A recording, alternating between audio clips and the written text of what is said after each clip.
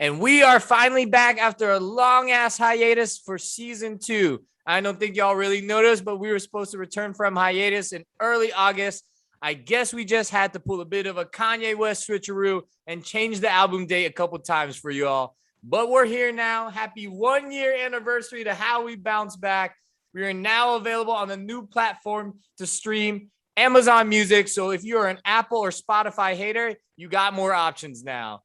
But anyways, it's been a lot of ups and downs in the past year, but we're still here to motivate you and inspire you and to entertain and troll as always. And who better to kick us off from hiatus? Return with Mr. Woodbridge High School himself. Our guest tonight is a high school teacher coming out of Northern Virginia that has educated and mentored hundreds of students in his short but seasoned tenure. He's a sociology teacher, a former U.S. history teacher, a former world history teacher. He's created a student athlete class for the entire county. He's an active member of the athletics and activities office. He's the head of the student council and the senior class sponsor. And his family runs everyone's favorite dive bar for wing night, Brittany's Restaurant and Sports Bar. Hey, bro, where's my chicken wings and bacon cheese fries? He's the very humble and will be straight up to your face. I'm excited to introduce you all, Mr. Kyle Geck. Yo, I got goosebumps. Running through it like Michael Buffer or Bruce Buffer in the ring right now. I feel like I was like coming out of a game show. Like there's going to be curtains and some lady walking out. The crowd, thousands are screaming. It's all your students over the years, and even the ones you failed. Everyone loves you, man. Yeah, boo-hoo. All right, brother. Thank you for coming on the man. show. Yeah. How have you been, by the way? How's life been for treating you? I know you're back to school. We talked about it before we started this podcast. Everyone's back in school, wearing masks and whatnot. How's this now school year been back, being fully back in person? It's good. I mean, it's great to be back, like actually in real life person. Virtual sucked, and then now, like, I mean, even that when we were hybrid at the end of last year, I had at most 2 kids in a class at a time, so it was awful. But yeah, now we're back. I mean, the only difference really is kids are wearing masks. Kids are out there participating in sports, and we're having homecoming full blown dance. Like everyone's gonna have to wear masks, but we'll see how far that goes into the crazy night. But hey, but yeah, I mean, everything's kind of back to normal at least, and really the only difference is wearing masks. So I mean, it's nice to be back doing like what I actually enjoy doing and not teaching through Zoom. That sucked. Yeah, I'm sure there's an extra thrill and excitement. Everyone's jazzed up to be back in person after being cooped up at home for the year. And I think with all of these kids, growing and maturing through these years, especially in high school, I'm sure that in-person interaction is critical as they move on after when they graduate, right? Yeah. I believe you teach senior year, or what grade are you teaching right now? So I teach my I do 2 sociology sections, and those are all seniors. And then I have the student athlete class that I teach is juniors and seniors. So mix both. And then, but yeah, so mostly just all upperclassmen. We both came out of the same class of 2009. Those times are very critical to our lives growing up. Remember those years and fun. Yeah. No bills, not wasting no one's college tuition or paying rent or whatnot. Those are, those there's high stakes, but there's not a lot to lose, but everything to gain. So glad that there's that in-person interaction once again. Yeah, if only we knew that, so much when we were younger. Only so much to gain. But bro, let's get into a bit of some of the questions, the stories. If you have any stories during your time as a teacher, the people close to you know that teaching, quite frankly, teaching at your alma mater, Woodbridge Senior High School in Northern Virginia, we talked about it, was always your calling. Amazing. So you talked about it from our own days in high school in the late 2000s. And you've openly shared these ambitions. I remember a lot of people know this. But, what are some of the stories you can share, during your time you got into teaching after college? What are some of the times and stories you can share of difficult students that have sort of like pushed you to the edge, where you kind of had like a career remorse, or you just never expected that this would be part of the job? And how did you deal with these difficult students? That's a tough, man. The first question so loaded. I mean, come on. No, I mean, I want to say I think a lot of it was like my first year of kids who just didn't do anything. And I think even for us, like in our group of friends, like you never realize, like you never like actually put yourself in those shoes and like of the kids around us that didn't do anything ever, like you just didn't pay attention to them because that wasn't really part of our friend group or even people that we really associated with. We knew people that were failing and didn't do things, but that's probably because they were just not as intelligent. But they didn't really apply themselves. So for me, I think the first, like really trying to say like, wait, how are you just not going to do something? And that's hard for me because I'm like, just no, like this is what you're doing today. And the kids who blatantly just say, nah, like I'm not doing it. So that was kind of difficult to get over. And then now it's like, I could, oh, you're not going to do it. Okay, cool. Well, you'll fail and I'll move on. Like it doesn't really affect me and that's kind of the way I, go with it, and eventually they turn around, hopefully for the most part. But I mean, I would say I think it was my second year, I had kids almost fight in class and get really really close to fighting.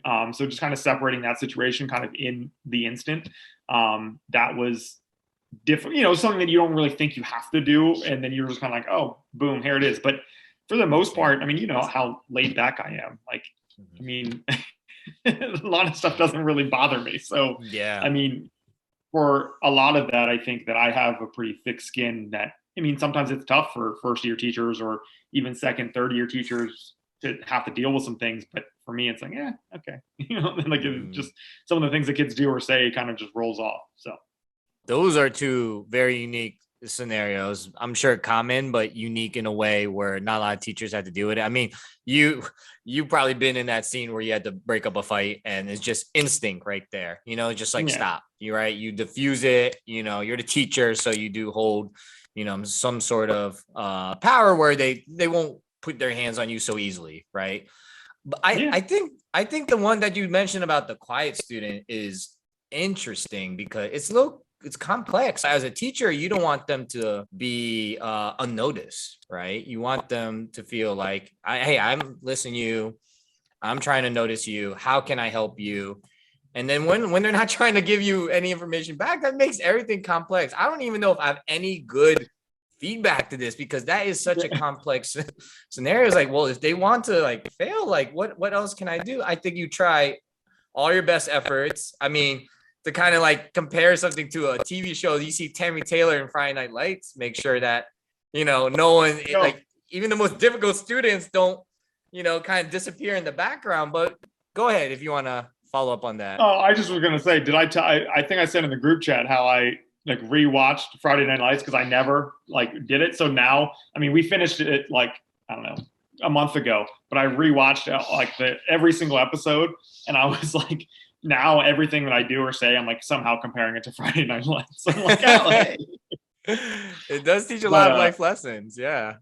Yeah. I mean, the hardest, I mean, it's also the part about the kids just not doing anything. For me, it's really just trying to connect with them on a different level, trying to get to know them and understand what's happening. Because I mean, there are times, and I mean, just for the sake of this going, the podcast being public and whatnot, there's been times where kids have really shared some deep trouble things. Yes. And I'm and things that again, it's concerning that wow, you don't realize someone who has it relatively good, relatively easy growing up, know, even with our friend group, and I think our friend group was pretty vast, of people we were really interacted with. So for all of those people, you don't realize really what's going on at home. And when you see some of those kids, and that's the hardest thing is that I know, when they tell me something and I'm like, I know why you're not doing anything today because your last night was probably hell, yes. or you're going through this and I understand. So when you're going to come to my class and not do anything, okay, cool. Because now I know what's going on. And that's what you kind of need to build. And I think that that's the one part that teachers immediately, you think the worst, and I'm not saying all teachers, but that's kind of like, oh, you take it. It's hard to take yourself out of it. Like you can't take it as disrespect. And I think that's what I did my first couple of Yeah. years of like, this kid isn't doing anything. And sometimes it's just because they are lazy and everything's great, but typically Hmm. there's something else. Like they're not just doing it Hmm. because they don't want to do it. It's more, there's typically always an underlying reason. So Everyone deserves the right amount of attention, right? And to go back on just every student, everyone has a deeply rooted past that affects the way they are today. And whether it be the guy or girl that's sort of like spoiled and just like has it all and just decides to be lazy, we try to figure out their situation, how to get them to have a better work ethic or have better grades. It's getting to know them. I yeah, think those that have more of the traumatic situation where it's very hard at home or hard just with family and financially, those you want to give extra attention to. It's all about equity also in school as well, and to give extra attention to yeah. those folks and be of a helping need because, you know, believe it or not, some of those folks that have gone through the most difficult situations actually might have the brightest minds to come out of school and just solve a problem in the world when they get out of high school and go to college. So And hopefully they'll remember me, and then when they make millions of dollars, they'll throw Mr. Jeck a couple bones. right, making making a medicine, making a vaccine, solving curing a disease. Like that, it's the quiet ones that always have something up in their mind. So always Yeah. glad that you're there for them, Mr. Jack. Moving on to my next question. I mentioned sports a couple times in your decorated resume. And I know you came in as world history teacher, US history teacher, sociology teacher, during your teaching time, academic time. But it seems like and I'm sorry for all of the staff, anyone that's listening at Woodbridge High School, but it seems like this man is moving his way or, taking a keen interest into the day-to-day athletics and activities role.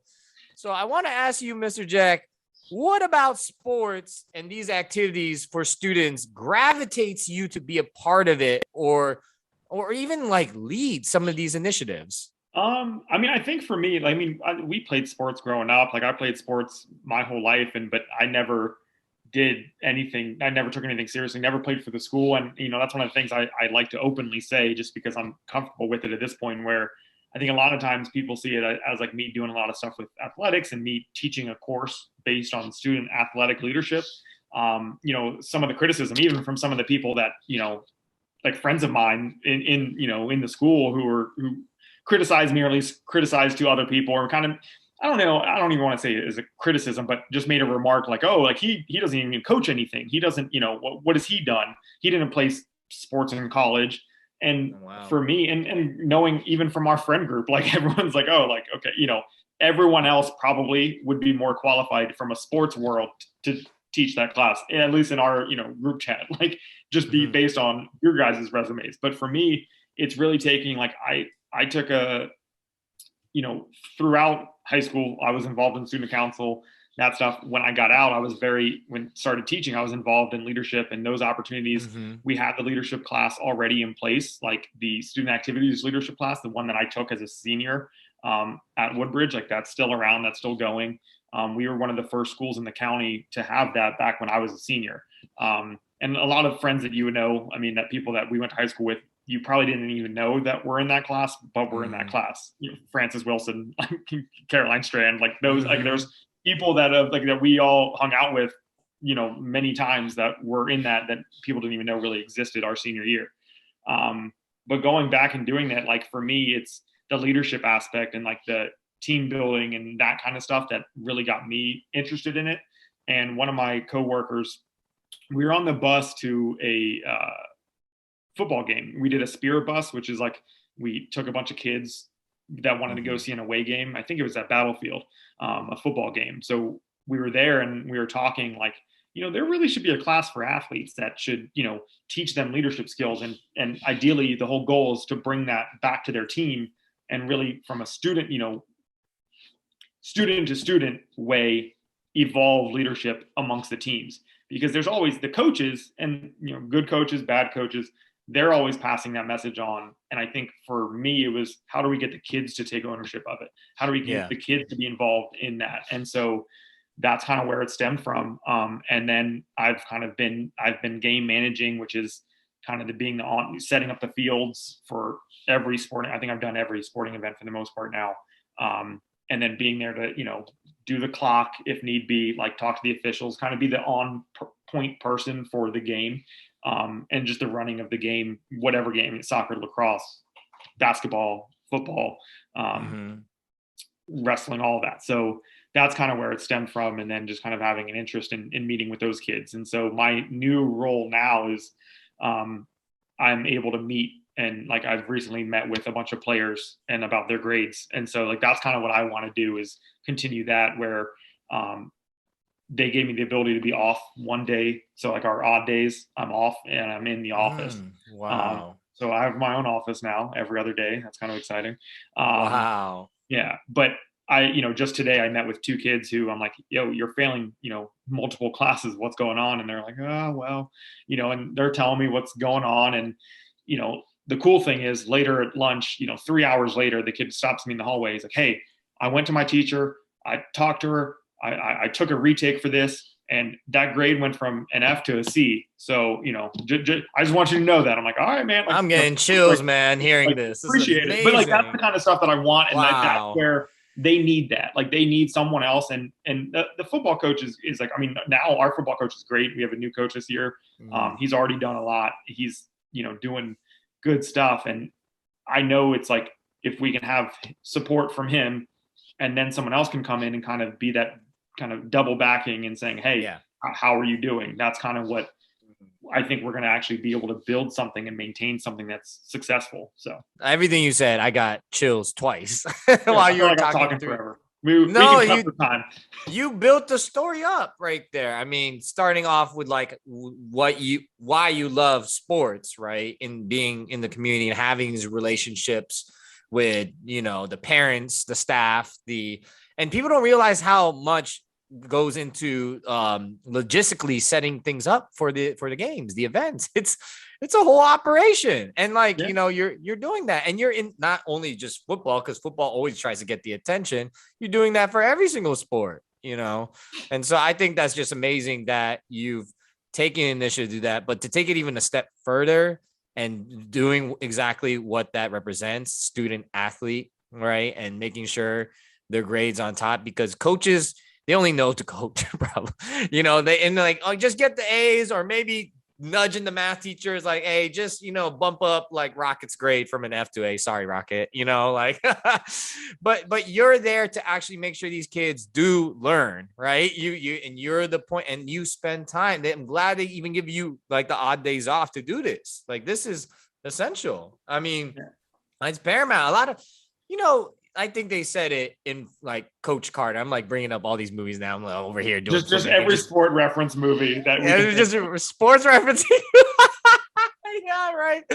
But I remember in Coach Carter, the principal said the highlight, senior year basketball is going to be the highlight of their lives. And that's the problem. It should not be the highlight of their lives, because you're there to make sure there's even greater paths after they leave school. I mean, everyone has dreams to go to college as a student athlete and even make it on a professional level, but there also has to be a backup plan and maybe 5 other backup plans behind that. And you're making sure that whatever skill set that these student athletes can tap into in their subjects, they can excel in. So and then you even take the time, like you bring them into your office or you meet with them.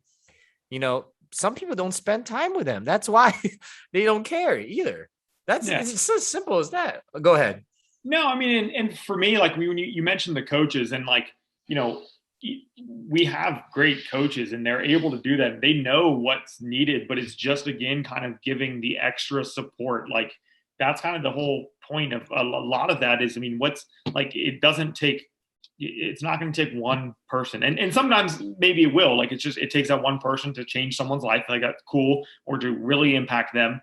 But to really make like a large group successful, and let's say just you're taking, let's say, the football team, throw some credit back to them. You're just talking to the football team. I mean, that's 100 some kids, close to 100 some kids that you're talking about. And it's, yes, if one coach can't do it, and even their staff can't do it. So it's, how do we kind of, with a multitude of people, how can we get them to be successful? And it's hard because a lot of those, I mean, it's the pipe dreams for a lot of kids too, that, oh, I want to go play in college. I want to go and play in the NFL. And for me, a lot of times it's beginning my first year teaching. I had a kid who was 5'8", whatever, wanted to be a quarterback and was going to go off. And that's what his, like, he was going to go, and he was very adamant about it. I love his ambition.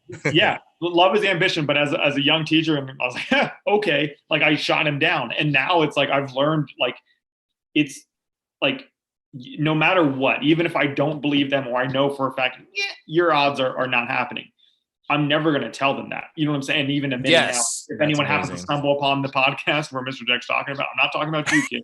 But like, for me, it's like, I believe that they can do that because they need to have that goal. So if they don't, I also need to prepare them for how, and someone, not just me, like someone needs to prepare them for what happens how do you bounce back? Ooh, hey, right? Like, how do you bounce back from that? You know what I'm saying? Like, when that doesn't happen, you can't be like, that can't be your end all be all, but we can get you there, because if you aim for that, well, then you're going to get good grades. You're going to develop good habits. And if it doesn't happen for you, then you've developed good grades and you've developed good habits. So that's it. You'll be fine from wherever you go from there. So yes, yeah, you're equipping them with some skill sets, like they will adapt, down the line. But yeah, I think you're teaching them, like, what that path is further, because a lot of us, like even our time, we step into that college atmosphere, and then they're like, all right, now this is the path after, and we're like, oh gosh, this is a big world. I did not sign up for this. He did not say, yeah, exactly. He's that 5'8", and I'm 5'8", by the way, so shout out to the quarterback or the guy that wanted to be quarterback and 5'8". That, you keeping my dreams alive right now. I'm gonna go take the Washington football team quarterback job real quick. But anyways, in the long term, like, this, you're giving them their skill set in the long term. These student athletes, I think, with social media, with anything they see on TV, they're so driven, but they need to understand also the business side of things, or like even just the practicality of things, when they get out into this world. So it's a product of us living in such a small bubble that we don't know what's going to happen, or we don't know better, right? Yeah. Outside of that. So you're there to be there to let them know about what's to come. That's the goal, at least. Yeah, for sure. All right, man. Well, that's 2 packed questions, man. We're going to go all night long right now. But let's go into the game, man. Let's go into the game. I know we talk about this world history teacher, but that would have been too easy if I gave you world history trivia questions. I don't know if the audience knows this. Kyle taught 1 year of U.S. history, so we're going to quiz him on that 1 year to make just sure. Just 1 year. So, like, excuse Kyle if you don't get these questions right. But anyways, U.S. history trivia. I'm going to ask you 4 wonderful questions about U.S. history. They're multiple choice. And now we get to see if you're actually teaching these kids some accurate information, or if you're delivering them some Breitbart news. So we can go ahead and get started now. All right. Well, here we go. So question number 1. Who was the first president to be impeached? Bill Clinton, B. Richard Nixon, C. Andrew Johnson, or D. Donald Trump? Johnson, final answer. Woo, man. I'm telling you, he might ace this one right here. But wait till he sees question number 2. But yep, that is correct. Andrew Johnson is the first president to be impeached. If I said impeached twice, we know what the answer is, but we're not going to go there. We're not going to bring his name up again. Question number 2. What was the date of the Black Tuesday stock market crash? A, October 23rd, 1929. B, October 24th, 1929. C, October 25th, 1929. or D, October 26, 1929? I just gave you 4 days in a row in October, so let's see what you got here. You know what's sad is that, okay, hold on. I teach this. I have an image stuck in my head. So even though this is like U.S. history, I have to teach this for world all the time. Oh, and really? I put the date on there. I know it. I was hoping, if you said 1929, like I would have got 1929. But now these dates. 24th. Final answer. Man, that is 2 for 2 right now. My man Kyle Geck running along with this quiz. Hey, this is why he's helping them student athletes. Just acing this own how he bounced back quiz. I'm gonna go a little bit harder. You think it was gonna go easier? Now we're going a bit harder. Question number 3: which law ended the application of the Jim Crow laws and reversed the Supreme Court's notorious separate but equal decision made in Plessy versus Ferguson? A, the Immigration Reform and Control Act of 1986. B, the Bilingual Education Act of 1967. C, the legendary Civil Rights Act of 1964. And D, also the legendary Voting Rights Act of 1965.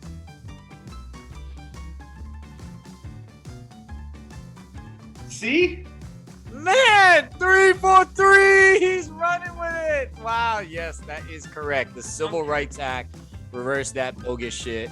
But of course, Jim Crow laws are still kicking in some of the courtrooms today. So Where did you come up with these questions? Did you just Google U.S. history questions? it was definitely the first research result on the Google page. You are correct, my good sir. Okay. But you are teaching them some good content. No Breitbart news. So we can proceed on to the 4th question. Let's go to question number 4. I don't think if this is in the history books, but if you get this, man, I'm gonna go pull out the Hennessy bottle out of the freezer and I will do a chug. All right, if you get this question correct. So that's the deal. No pressure. Question number 4. What 2 pets did Bill Clinton have while he was in office? A chocolate Labrador retriever named Buddy and a cat named Socks. B, 2 Portuguese water dogs named Bo and Sunny. C, an English Springer Spaniel named Spot. Or D, a black Bouvet du Flanders named Lucky, a Cavalier King Charles Spaniel named Rex, and 2 cats named Cleo and Sarah. I'm just gonna completely guess. Like this is just gonna be chocolate lavender named Buddy and a cat named Socks, 2 Portuguese water. I'm gonna do what I tell my kids to do and just go do a little eeny meeny miny mo. Yeah, I like that.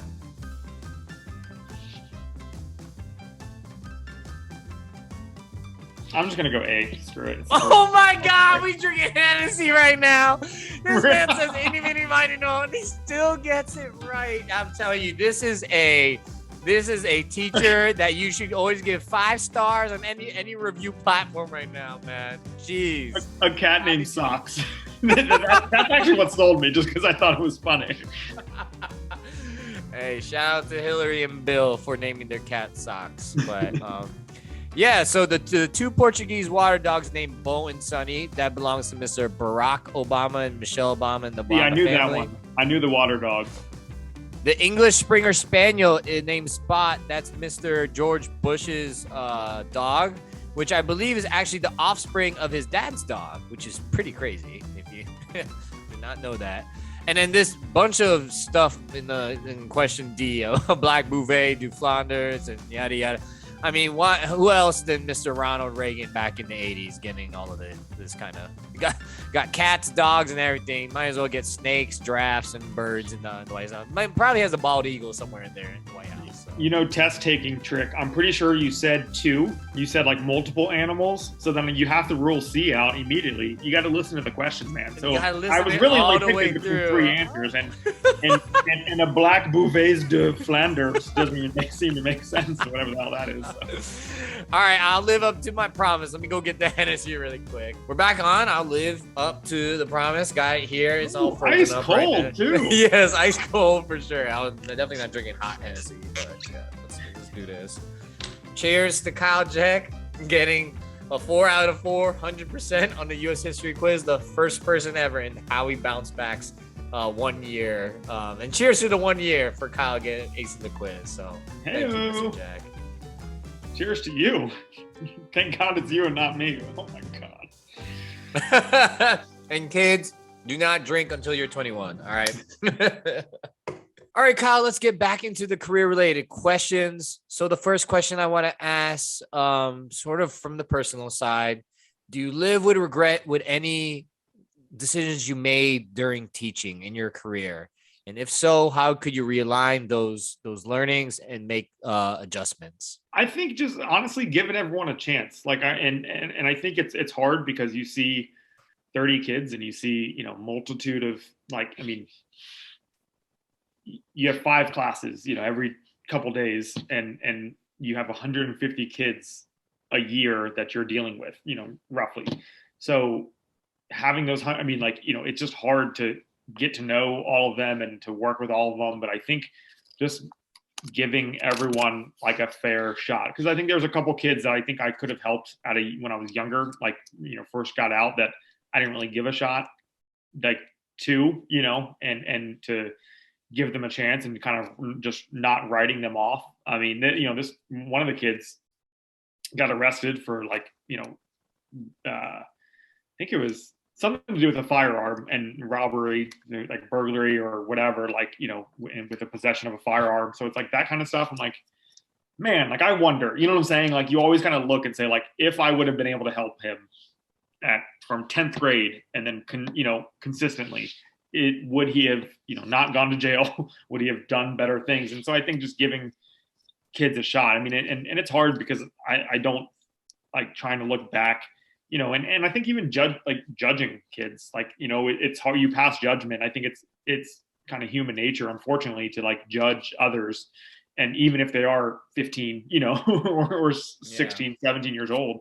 And so just trying my best to not do that, I think, and really get to know them before passing any sort of judgment, because just looking at kids, sometimes you can, people, let's not even take kids out of the equation, grown people, sometimes your first instinct sometimes can be to judge them, and you kind of just, oh, this person must be this or that, without really, giving them that chance right away. So that's what I think probably say my biggest.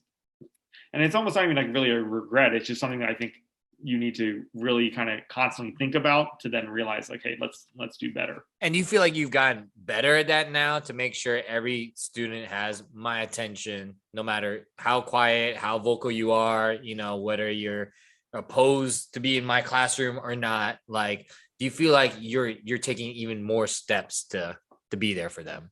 Yeah. And I think the most important thing to remember is that you should always be growing in that aspect. I try, I think I'm getting better at it, but you can never be perfect. You know what I'm saying? For me, I can never be perfect at that. So it's something that you need to be cognizant of and always trying to do it, because then you can be eventually better fully. But there's no way, you just need to, as long as you can be aware of it and try to make, changes. I think that's kind of the big part. That kind of segues to my next question, which I believe you might not have ever experienced this, but maybe there's something that you want to reveal here, that you haven't before. But have you ever felt any kind of depression at work, during teaching, or any time in this last decade, or what, and if you have, what would that person you are today tell the person you were before? I don't think, and I don't want this to seem like a cop-out answer, you know what I'm saying? But I really don't think I have. And I think that, from what you alluded to would be some of the other questions in the future. For me, I think that's my biggest strength, is not regretting, and not having that, fear, or even having my job be sad. You know what I'm saying? It's never going to be something I can't, even in the, the things you hear and the things that about some of the students, it's super depressing, but it's not depressing for me. It's because I want to help them, or you feel for them because of what they're going through. So I think that's the biggest thing. And I'll share one of the stories here, and eventually, before we end our podcast. But I think that's, for me, it's one of those things where I can't say that I'm ever really, or have Mm-hmm. been depressed. And I think even the closest thing, I mean, the closest thing would be maybe just super anxious. Like last year, like I was having like thoughts where I was literally like I had anxiety for the first time in my 30 some years of living when we're going back to COVID. Like, and I don't know what it was. It could have just been something else that was happening, but it just is what seemed to make the most sense to me, just based on like some of the signs. And like I was like, you know, breathing heavily, and it was, I think, my planning for going and starting virtually, like it's new again. You know what I'm saying? Like first year teaching, I'm excited, like I'm pumped to be in there, and then it's like you take that away, and what I love most is the interaction with the kids and the being there. And when you take that away, like that's what sucked for me. And I think it's kind of hit me at that point before the school year started, that like, oh, we are actually doing this. Like, because I was one of the, oh no, we're going back, like we'll go back, like we'll, you know, or it'll be something, it'll be hybrid in a couple weeks. Yeah. And then it was virtual. And I'm like, how am I supposed to make this happen? Like for me, what I like is just the 5 minutes before we really have to get into anything, or when they're walking in and we can just talk and, you know, shoot the shit. Like, I mean, yeah. Like that's what I enjoy. So it's never been for me about the content, like, you know, U.S. history or world history. Like I tell them all the time, I'm like, that's not my passion. I didn't do history. To be honest, I wanted to be a teacher. I chose history because I thought it was the easiest. Very blunt. Like I didn't want to do math because I'm not big into math. That doesn't excite me. English, no. I could have done some random elective, like could have done PE, whatever, but I didn't think I would have the same relationship with like PE, you know, being able to have like build that with kids in PE. And so then I chose to do history. Yeah. And science sucks. So let's call out them subjects right there. But the emotional connection that you have with them, taking that away, I think this is why you probably haven't felt that depression in the workplace, is because you are truly doing what you love and fostering the livelihood of these high school kids. And so, it's like you're doing what you love and it gets taken away. And then of course, not to mention like the scramble to get everything set up, like in a virtual setting, probably made you more anxious, you know, like most, right? But you've gotten through it. You know, it seems like, you know, in any situation that we do, God forbid that we ever go back to that, you'll know what to do. But it's like, don't take away what I love, like being in front of these kids. You know, I love how no one has really said that. It's like, the subjects are there. This is the curriculum that they need that's essential for them to know, like later on in life, or maybe not, but it's that connection that you have of them being a better student and a better person. That I think that's what sets apart the good and great teachers. And that I feel like, you know, that great teacher that you are, the students will remember that more about you than anything that they learned in the school year. And so, I mean, at least I do, you know, and I'm sure other people can relate who their favorite teachers are. But do you remember a lot of stuff in that class? I don't know about all that. What can you tell me about the Ottoman Empire? Oh, goodness. Oh, yeah. Constantinople. All right, go. What happened in that city? Yeah, I love what you said there. And it's very rare that someone can find his calling and not feel that sort of remorse or depression. And so being that for the students and letting them fulfill your day-to-day as you do for them, that's just a rare opportunity that and everyone would love to come across. So awesome to hear that. While we're on that subject though, of like, you know, talking about the good times with students, what is your favorite memory or moment in your career to date? And then also maybe sorry for all these two-part questions, but any shouts to the people that have helped get you there to that favorite moment? I have two. I have like two defining moments in my career. So the first one, I want to say maybe it might have been my second year teaching, or it was either second or third. I want to say second. And girl who spoke very, very little. I mean, like yes and no, and to the point to where I don't know, like she didn't like I met her parents at back to school night, and Mm-hmm. there was definitely a language barrier there. Yeah. And I mean, she wrote in enough, like when, she wrote well in English. I mean, it was obviously, there was, again, like you could tell that she was learning. She was an English language learner. You could tell that she was learning the language, or at least, wasn't born here. And this was, kind of a new-ish thing. And she wrote a note, and I forgot what the purpose was. I think it was like feedback. And because I used to have my kids like write feedback on like just the class, or what can do, what can we do better? What can I do better as a teacher? Which is one thing that I think a lot of teachers need to, if any of you are out there listening, one thing you need to do is accept criticism and feedback from your students.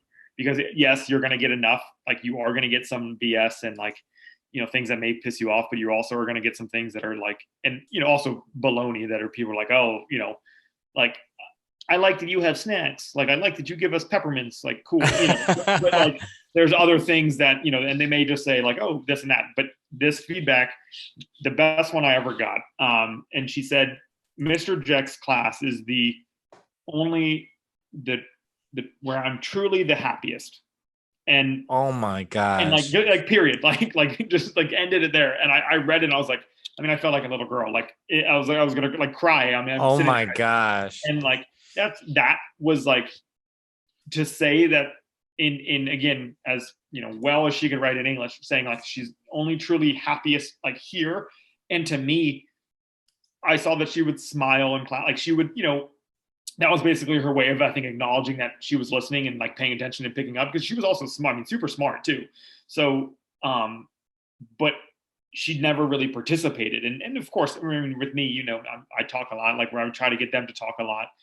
And so she never really talked, and she would just kind of smile and nod and like didn't really say anything. So when you impact someone like that was for me like cool. Like that was like, that made me feel just like a great human being. And then the second one was really just a couple years ago where, and it's like super sad, but kid was going through a lot of terrible stuff at home. Like just awful. And he was the kid that I think a lot of people would write off and just say like, oh, he's doing this or doing that, whatever. Like he's in trouble for a litany of things throughout his, short 2 years. And I sat down and talked to him and just said, what's going on? Like, what happened? And he told me, and just kind of out of respect for him, like I won't say what had happened, but he told me what happened.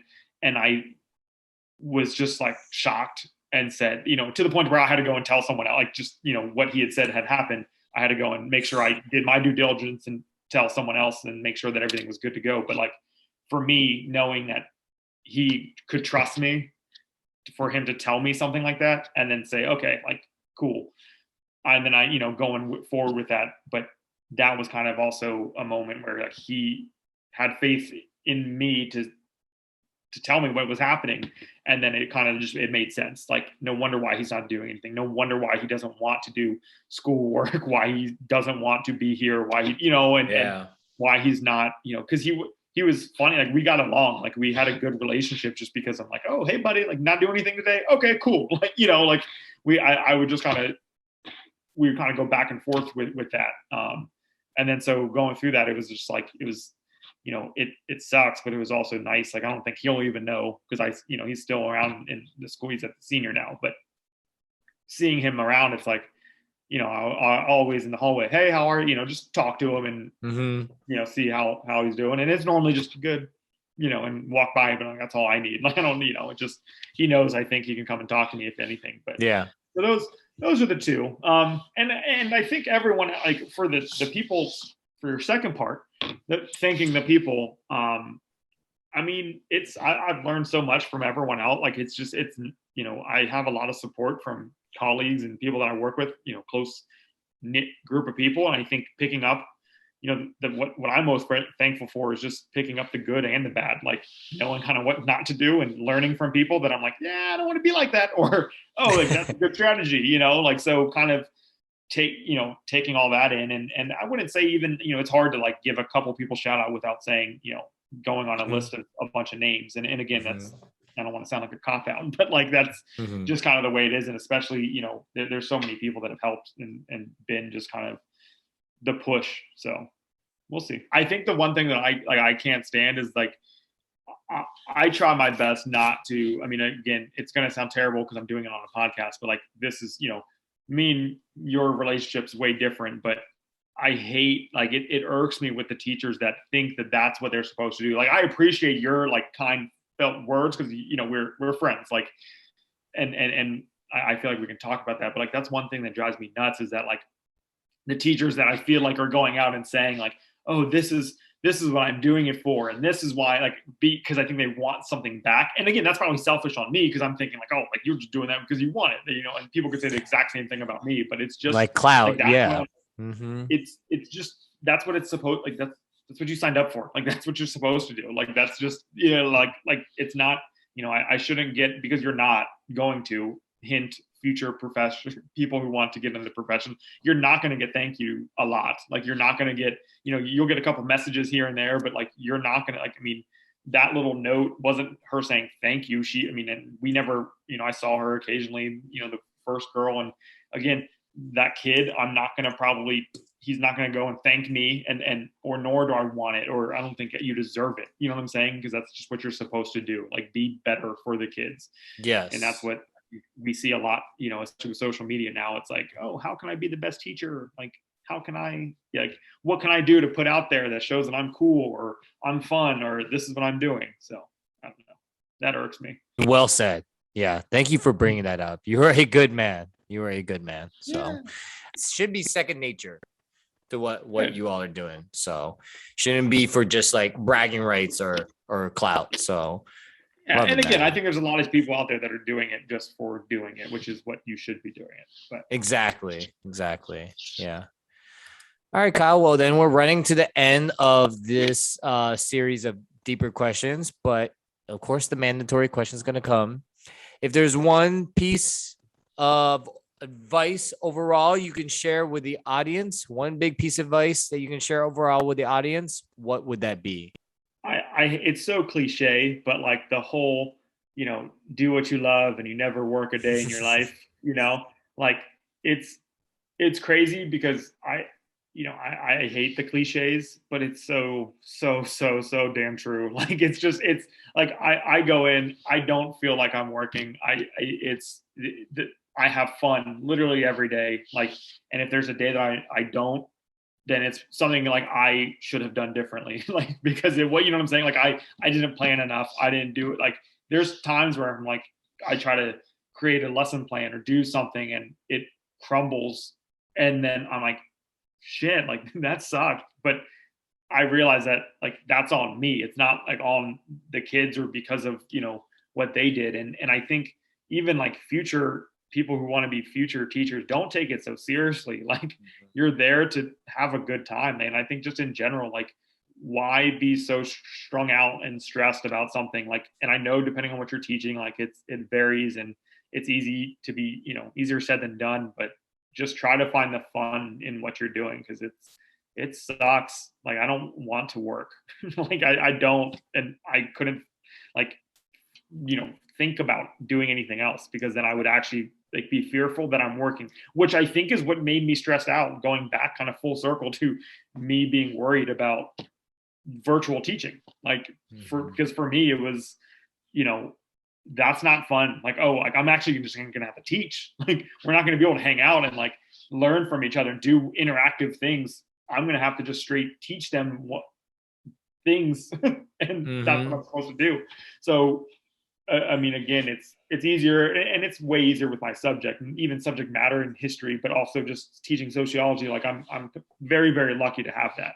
You know, when you're teaching an AP course, even, or teaching, you know, again, science and you know, chemistry, it's hard to do that because you got to meet those standards. But you should still be able to have fun and make it so the kids have fun, because what's the point? So I mean, I think your former students, you know, the Maggies, the Michelles, or I don't know if you're students, but the SCA, like the Clarices of the world, they all know you as the Mr. Fun, the fun teacher, Mr. Geck over here. So I'm sure a lot of the hundreds and thousands of students that you have mentored and taught over the years knows you as the fun teacher. So I haven't been I always teaching remember my thousands fun and teachers. thousands yet. Okay, thousands is a little steep. Well, if I count 150 per year, we might get to 1,000. So, Yeah, close. and you're counting these student athletes over here. Okay, we're getting up there. I just want to ask one last question before we sign off, Mr. Geck. But I asked this to Bernadette Relota. I know you know well that family. I asked her, since she's a teacher in Las Vegas for elementary school students. But if you can be creative and you had unlimited budget to do anything with the high school, as I'm sorry, whoever the principal is at Woodbridge, but as Principal Geck, what are you gonna spoil these kids with your unlimited budget? Unlimited budget, like talking like Powerball budget, like let's just go 500 million. Sure, we can go that far. I mean, I think first off, whatever we can do to make sure that they're continuing, like I want there to be a legacy that continues. So setting up like a lot of this fake money, using it to like put programs in place to help kids like for a long time. Like, so, because I don't want it just to impact the the freshmen through seniors now. I want something that lasts forever. Like, that's kind of what my goal is. Like, it's not going to be a one-time thing. But I think just teaching them, like, really just giving them the resources to be able to say, hey, you can do really whatever you want. Like, for me, like, even back to that sports world, like, money shouldn't be a problem to do anything. Like, so I think that would be one of the things. Like, we wouldn't charge for a dance, we wouldn't charge for this, we wouldn't charge for anything, because we want to be a part of that. I think if you could build that culture where it's like, people just love doing and supporting each other, then that would be awesome. So kind of being able to use that money, and that's like a super, I think, business mindset, like use that money so we don't have to spend money or like have the kids pay money. But like, that's what I would suggest, is that we, because it costs money to go to the games. Like, it shouldn't cost money. I mean, like, if I could let them all go in for free, because it would just be nice to support each other and like hang out and do something after school instead of doing, whatever, why not? So, and then just programs, multiple programs for them to do and like find something they're truly interested in. So you're not putting a cap on their creativity, and I know a lot of those things can get limited with, oh, do we have the money for it? So glad that you're just letting your existing programs that you have in place stretch beyond like whatever cap or limit that you have. So glad that, you're not trying to rock the boat too far, trying to like make anything crazy, like hologram field goal posts or something, or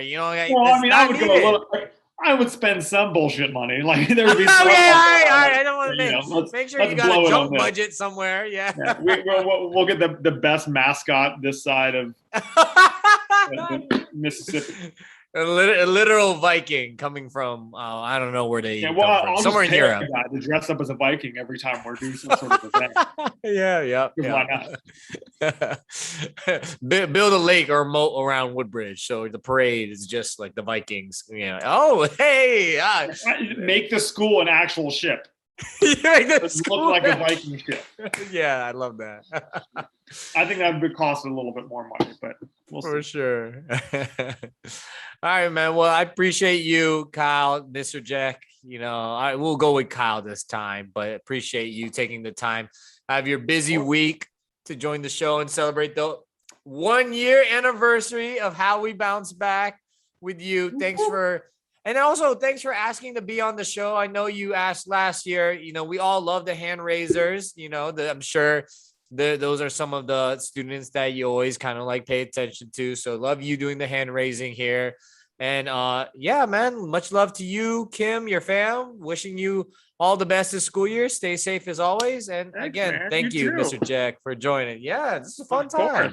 Hopefully I can see you in person soon. It's been too long. All right, everyone. We got 4 episodes left. Promise for season 2. If you're on Apple Podcasts, give us the 5 stars and leave us a nice review. And also, again, check us out on the new platform, Amazon Music. But all right, everyone, stay safe, smiles up, big glass, positive energy all around. Thank you all for tuning in. This man's name, Kyle. His actual name is Mr. Geck. If you see him in the hallway, so call him Mr. Geck. And I'm James. See you all next week.